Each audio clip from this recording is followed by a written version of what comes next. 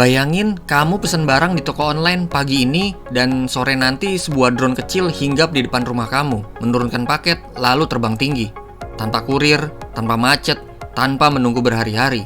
Inilah yang disebut drone delivery. Teknologi yang bisa mengubah cara kita berbelanja selamanya. Drone delivery adalah sistem pengiriman barang menggunakan pesawat tanpa awak atau drone. Berbeda dengan kurir motor atau mobil, drone terbang langsung dari gudang menuju lokasi kamu, membawa paket di bawahnya, lalu mendaratkannya di titik yang sudah ditentukan. Teknologi ini memanfaatkan GPS, kamera canggih, dan sensor navigasi supaya drone bisa terbang aman, menghindari halangan, dan mengirim barang tepat sasaran. Kenapa drone delivery muncul? Alasan utamanya adalah kecepatan dan efisiensi. Kamu pasti tahu rasanya kesal saat paket telat datang karena macet atau hujan. Dengan drone, perjalanan bisa jauh lebih cepat karena terbang langsung lewat jalur udara. Selain itu, drone juga dapat membantu mengirimkan barang ke daerah terpencil atau sulit dijangkau kendaraan darat, misalnya pulau kecil atau wilayah bencana. Beberapa contoh penggunaan drone delivery. Yang pertama adalah di perusahaan e-commerce terbesar di dunia. Salah satunya adalah Amazon, Walmart, dan Alibaba.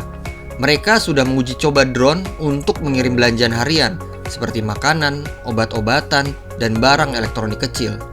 Yang kedua adalah untuk pengiriman darurat.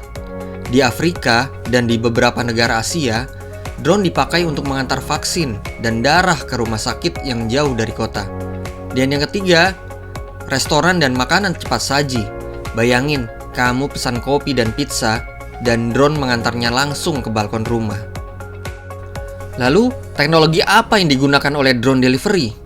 Drone delivery dilengkapi dengan GPS presisi tinggi untuk menentukan rute tercepat, sensor anti tabrakan supaya aman terbang di tengah gedung atau pepohonan, kamera dan AI vision untuk mengenali lokasi pengantaran, dan sistem lepas landas dan mendarat otomatis supaya bekerja tanpa pilot manusia.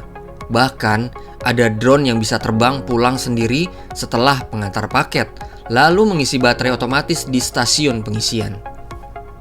Meski terdengar canggih, drone delivery punya beberapa masalah. Yang pertama, batas berat muatan. Drone belum bisa mengantar barang besar atau berat. Yang kedua, durasi terbang.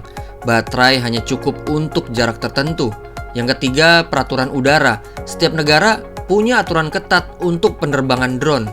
Dan yang terakhir adalah keamanan, risiko pencurian atau gangguan sinyal. Drone delivery memberi gambaran masa depan belanja online yang cepat, efisien, dan futuristik.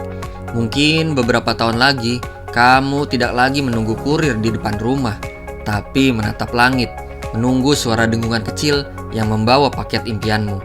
Pertanyaannya, apakah kamu siap menyambut kurir masa depan ini?